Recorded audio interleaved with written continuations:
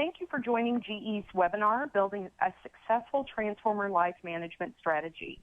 At this time, I'm proud to introduce Alfonso Amberzon and Donald Skelly, our technical product subject matter experts from GE's Monitoring and Diagnostics business, who will be hosting today's webinar. Alfonso? Thank you, Tracy. Okay, so let's start by having a quick look at transformers. In essence, a transformer is a simple device that is designed to either step up or step down voltage, and the total apparent power of the secondary output is proportional to that of the primary output. However, in real life, a power transformer is a more complicated machine. We can break down a transformer into four major components, plus the control cabinet. So looking at the four major components, we have the main tank, which houses the core, the coils, and the insulating oil, the bushings, which allow the electrical connections from the transformer to the grid, the online tap changer, which regulates the output voltage, and the cooling system, which renders the transformer as efficient as possible. The control cabinet houses all the interconnections between the various controls of the transformer. When we take a closer look at these four major components, all four of these components are subjected to stress during transformer operation, and therefore they are at risk of potentially failing. The failures are not distributed evenly amongst the components, as elements of each component behave differently when stressed, and some of the elements are stretched much more than others. There are also a good amount of failures that are attributed to others. These are what we call non-detectable failures caused by either lightning strikes, severe short circuits, or operational error. Hi. So Tracy introduced me a few moments ago, but to remind you, my name is Donald Skelly. Now we will take a look at a life curve used to illustrate the failure rate of equipment. So a transformer, in common with a lot of industrial or even consumer products, tends towards a bathtub failure curve. By the way, the name bathtub curve is derived from the cross-sectional shape that you see in this illustration. For typical power transformer populations, the failure rate is high in the first few years as design faults, build errors, or transportation damage to the core, coils, or connectors results in failures soon after the transformer is taken into service. This failure rate then decreases rapidly as defective units are identified and repaired or replaced. In the midlife of any transformer population, the failure rate is low and relatively constant. In the late life, and for transformers, this can be considered as 30 plus years of age, the failure rate increases as age and wear and tear take their toll on the product. At some point in the age progression, the rate of failure of a population will exceed an acceptable level, and replacement of all transformers reaching that age may be used as a means to prevent failure. The curve shown here relates to a typical transformer population, and it's well publicized.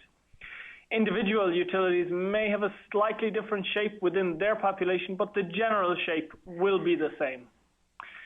As we'll see in later slides, it is shown that monitoring can be used to change the profile of this curve and to reduce all failure rates through condition-based maintenance. So now let's look at transformer monitoring. So today we will discuss transformer monitoring, and this discussion begins with the question, why should a utility or industrial consumer monitor their transformers? Firstly, it is accepted that transformers are a key component of the electrical power grid, whether at generation, transmission, distribution, or even user level. Without them, the modern centralized generation electrical grid simply could not exist. Their continued healthy operation is a must. Their failure can have financial cost, environmental cost, safety implications, and even political ramifications. We all see examples every year where a transformer failure gets reported in the global media, especially if it brings down part of a grid. So why monitor transformers? Well, very simply stated, any transformer which does not feature some type of continuous online monitoring as part of its standard protection scheme is at risk of an unexpected failure. While monitoring will not prevent a failure, it will forewarn of that failure. You should perhaps consider the direct and indirect costs of a transformer failure. High replacement and repair costs and potential damage to surrounding equipment or electrically connected equipment. These costs can be huge, many times greater than the installed cost of a monitoring system.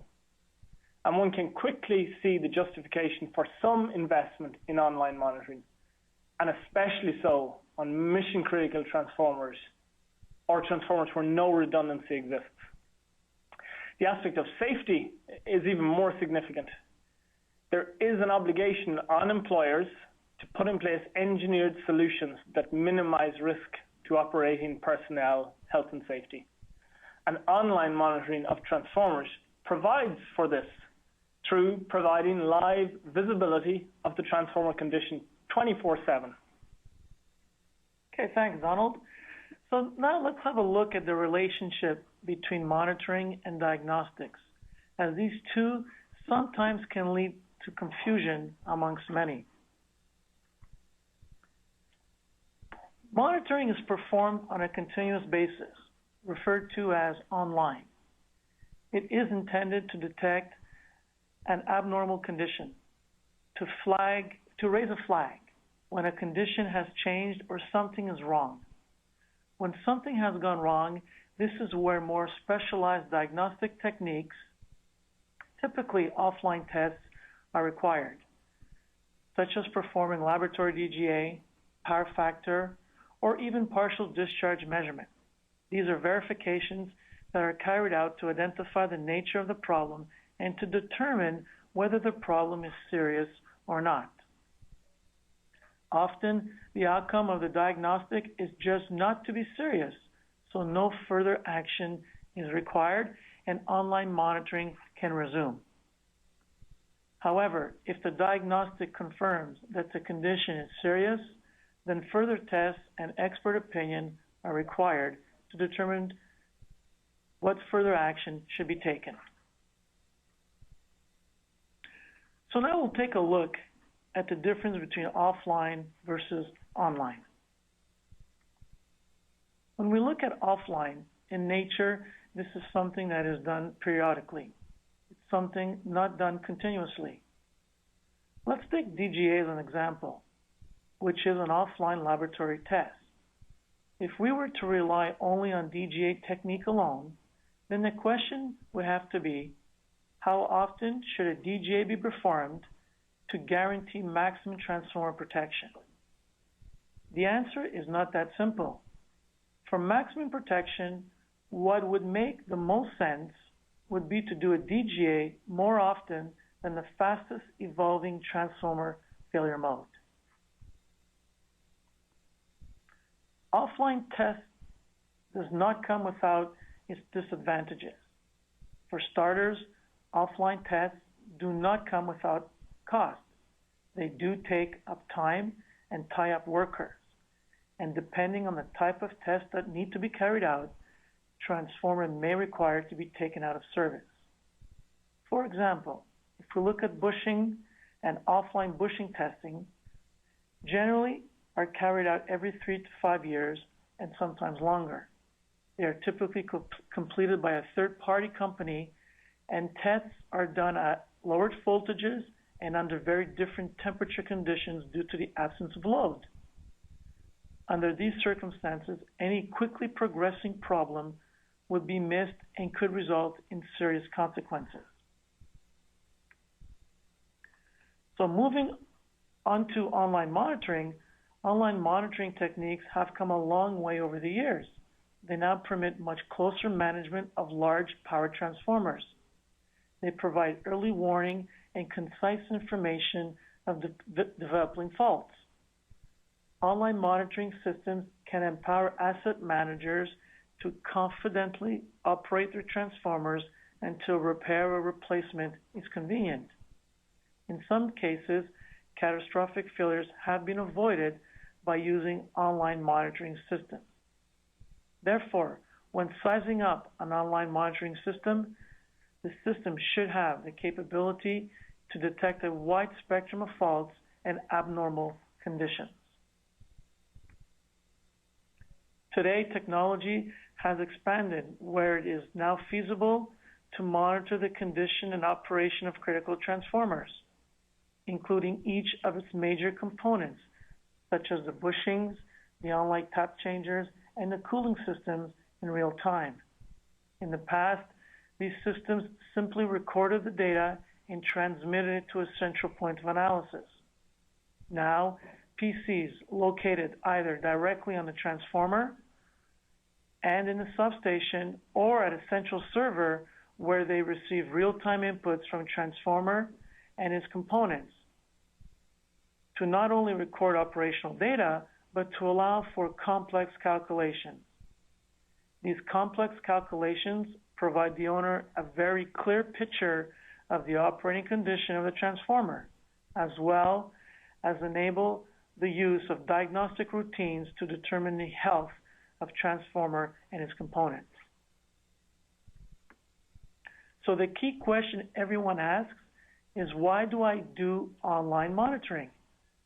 The fact of the matter is that transformers have a finite life, which can be shortened through abuse, ignorance of operating conditions. Online monitoring can extend the life of your transformer by making sure that you understand the current situation. Prolong life with care driven by knowledge of operating conditions. Okay, thanks, Al. So we will take a look now at the chemistry of online monitoring, and in particular, we're going to look at the oil and the paper insulation in the transformer, the analysis of that, and we'll focus a little bit on the dissolved gas analysis. So oil is in contact with every component of the transformer internally. Any thermal or electrical stress occurring in the tank will be detectable in the dissolved gas signature of the oil. So by accurately measuring the dissolved gas content and analyzing this information, it is possible to diagnose a fault. Of course, oil analysis has always been a feature of good transformer management. Historically, it was limited to breakdown voltage determination and moisture in oil measurement, perhaps. From the 1960s onwards, with the advent of fault diagnostics, dissolved gas analysis emerged as the most important component of any monitoring program. Initially, fault diagnostics was considered an art rather than a science because expert interpretation was often required to get real value out of the DGA result.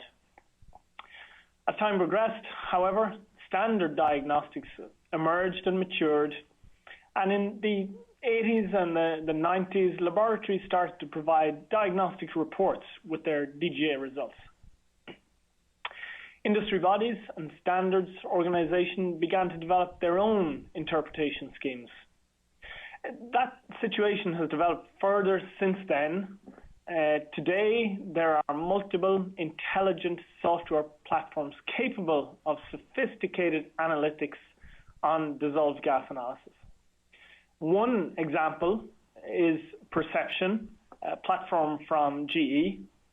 Designed as a fleet management tool, Perception is capable of performing transformer risk analysis.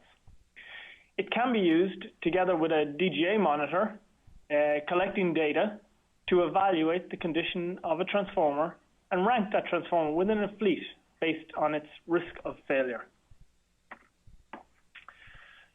So how is this possible? How can we be sure that dissolved gases in the oil are produced by fault and have not simply accumulated due to oil aging.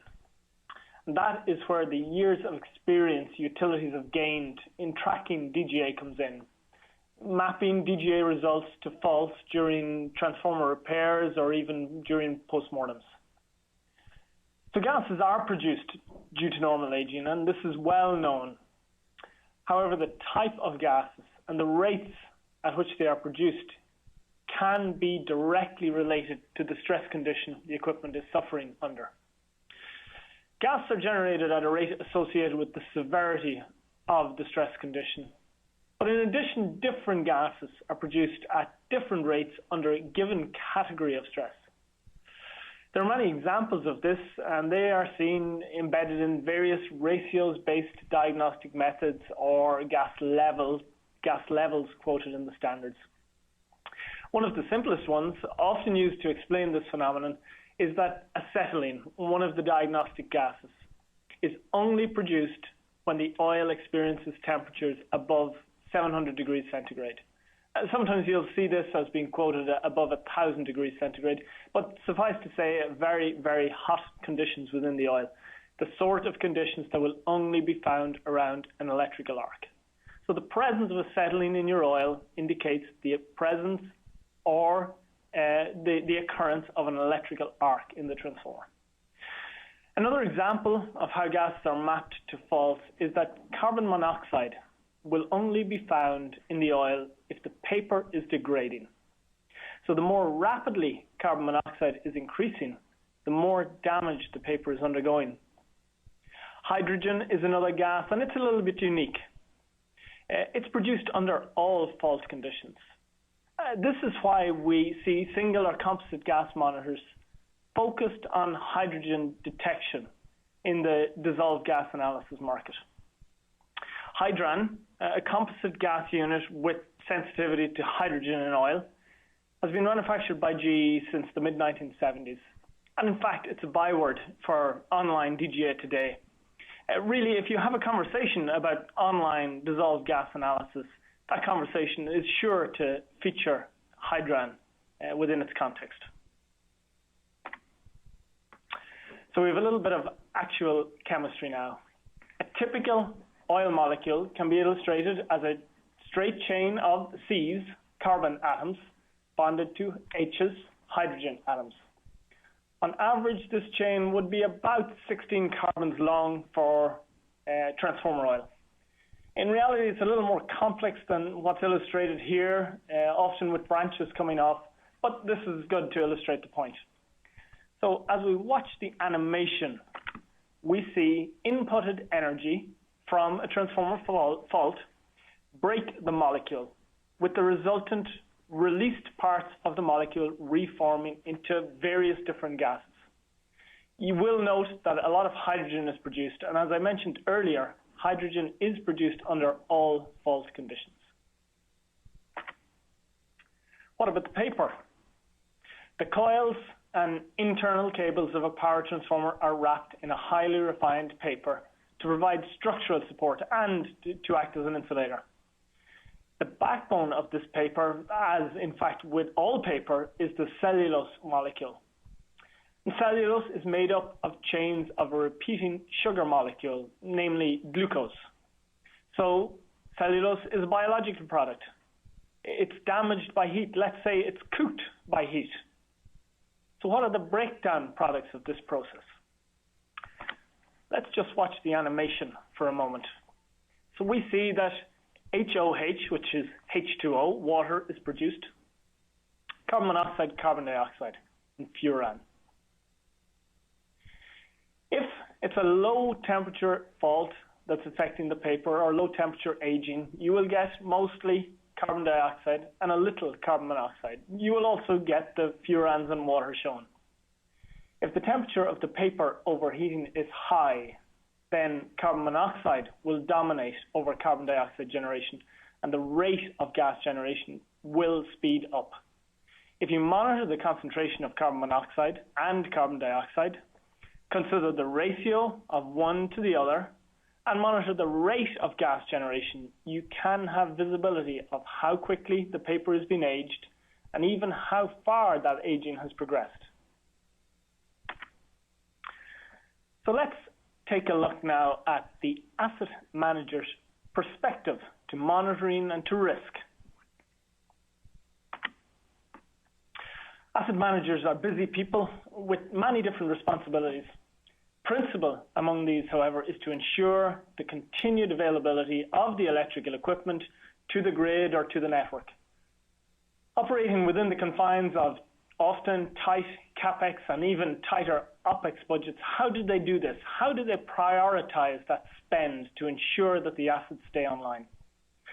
So traditionally, it was through good planning and routine maintenance schedules, but budgets continue to get tighter, especially OpEx budgets.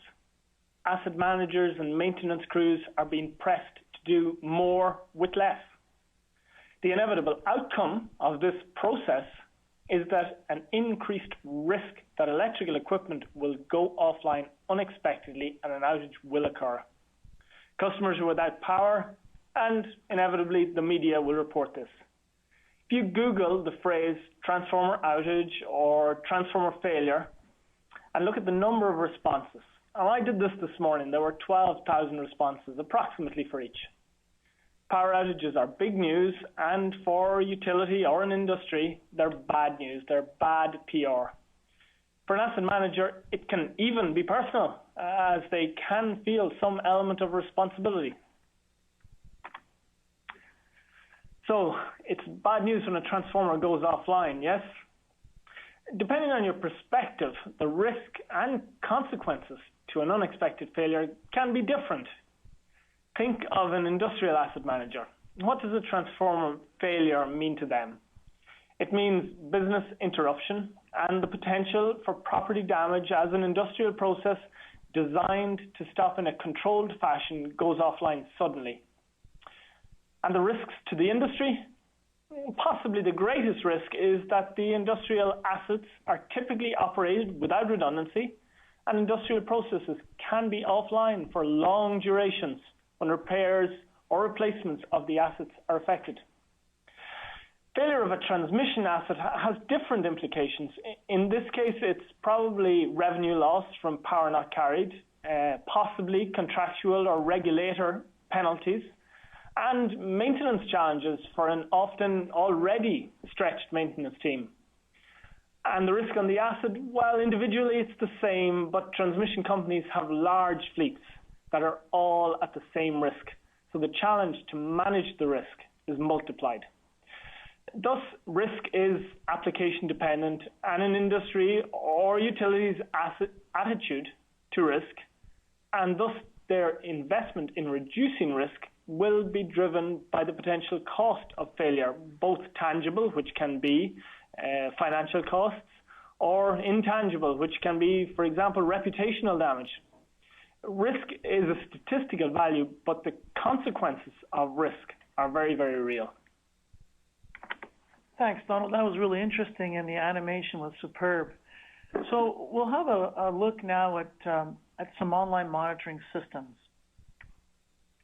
When it comes to choosing the correct monitoring system, it can be difficult. However, there are some key factors that one can consider and that can help in the process of selecting the appropriate online monitoring systems for the application. For starters, having a basic understanding of the transformer behavior is critical. Going through historical offline data, looking back at DGA results, bushing results, and so on, can give you a good perspective on what may need to be monitored over what you think should be monitored. Other factors to consider, of course, is the cost of the transformer, the criticality of the transformer, and one needs to look at the overall risk. What is the probability and the consequences should a transformer fail? One thing is for sure, everyone's need is different. From the very basic composite single gas hydrant technology to the more advanced multi-gas photoacoustic technology, today GE's monitoring diagnostic product portfolio offers a wide range of integrated online solutions to assist users to better monitor and manage transformers on their electrical grid. So let's take a look now at both technologies. We'll first start at the hydrogen technology. Fuel cells have been on the market for more than 100 years. They come in many varieties and have been proven to work in diverse applications. In 1975, GE took this fuel cell technology and adapted it to enable the detection of dissolved gases in electrical insulating oil. The end result was an online, robust, compact, and self-sufficient device that detected a change in incipient fault gases in a transformer. If we look at how the gases are detected, a fuel cell is made up of three adjacent segments: the anode, which is the negative side, the electrolyte, and the cathode, which is the positive side. Essentially, a hydrogen sensor is built of two main components: a membrane, which is in continuous contact with the insulating oil, and an electrochemical sensor, or the fuel cell. The gases present in the oil, predominantly hydrogen and CO, will diffuse through the membrane and reach the electrical chemical sensor, where the gases will chemically react with oxygen, which is coming from the ambient air outside the sensor. This will generate a small electrical current, which is proportional to the concentration of the gases in the oil. The electrical circuit will measure the current, compute, and display the gases in concentration in ppm. Okay, so 2 slides back, Al mentioned the photoacoustic spectroscopy. The multi-gas DGA instruments from GE use a detection system based on the principle of infrared absorption. Named photoacoustic spectroscopy, often just abbreviated to PAS, this analytical technique has been used for several decades in instrumentation used for monitoring urban or industrial pollution levels, for example. GE optimized the technology for the dissolved gas analysis application in about 2003-2004, and it has become a market-leading technology in the last few years. PAS has some very significant advantages. So in general, infrared systems, and there are many types out there, have the ability to operate for long periods completely autonomous of any user interaction. And this is a key requirement of any online monitor. Because IR systems do not typically require any carrier gases or other consumables, they can have a long service interval, 7+ years, for example. Primarily, for this reason, IR techniques in general and PAS in particular have come to dominate the field of online and portable dissolved gas analysis over the last 5 years or so. It's true that PAS is relatively new for dissolved gas analysis, GE taking the first products to the market in 2004, but there are approximately 10,000 infrared-based instruments operational worldwide performing multi-gas DGA. Clearly, IR technology is emerging as the leader in this field. Its ability to accurately trend evolving gases, evaluate the possibility of an active fault being in progression, and warn the user is second to none. IR-based multi-gas online DGA has really changed the face of transformer monitoring over the last 10 years. So we've talked a lot about dissolved gas analysis in general, the chemistry behind it, online dissolved gas analysis monitoring. Let's take a look at an example of how effective the deployment of online monitoring can be compared to the traditional approach. So here we see just a screenshot taken from the previously mentioned perception software. And it shows that for the period of time, the gas levels were stable. There's historical data that goes back a long time and shows a long period of stability. Then the gases rise pretty dramatically. Not all gases, but you can see in particular that acetylene and hydrogen are rising. So the fault has developed significantly in a short period of time. So the transformer was taken off load for a number of days, and then it was put back on load, and the gases rose again dramatically. Catastrophic failure of the unit was imminent, and this transformer was taken offline. From start to finish, this whole process happened over the course of 8 days. Traditionally, offline dissolved gas analysis would be performed once a year, and the likelihood of catching this failure with offline analysis would be very, very small. Thanks, Donald. That was a great example of showing the difference between offline and online monitoring. So now we're coming into the last segment of our presentation, and we'll have a quick look at transformer life management. When we look at the direct and indirect costs of a transformer failure, damage to surrounding equipment, and high replacement costs, these are many times greater than the installed cost of an online monitoring system. The benefit of online monitoring system is not to prevent a fault from occurring, but to prevent it from developing into a major failure and to be able to warn the operator before this is potentially going to happen. For that reason, the gain from reduction in major faults will be somewhat attenuated by an increase in minor faults or predictive maintenance actions.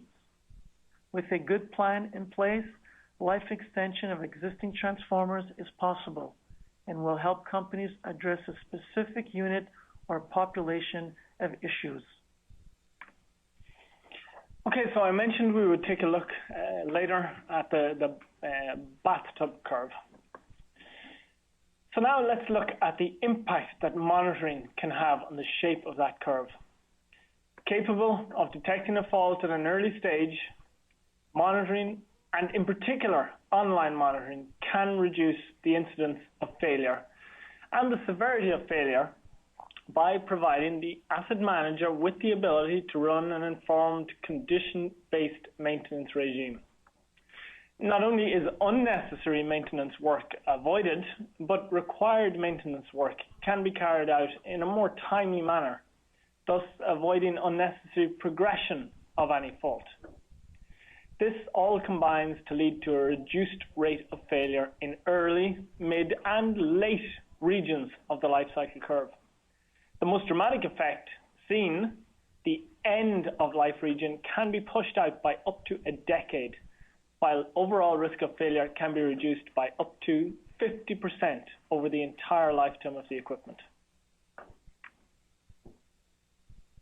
So in conclusion, the question everyone wants answered at the end of the day is, what can online monitoring do for me?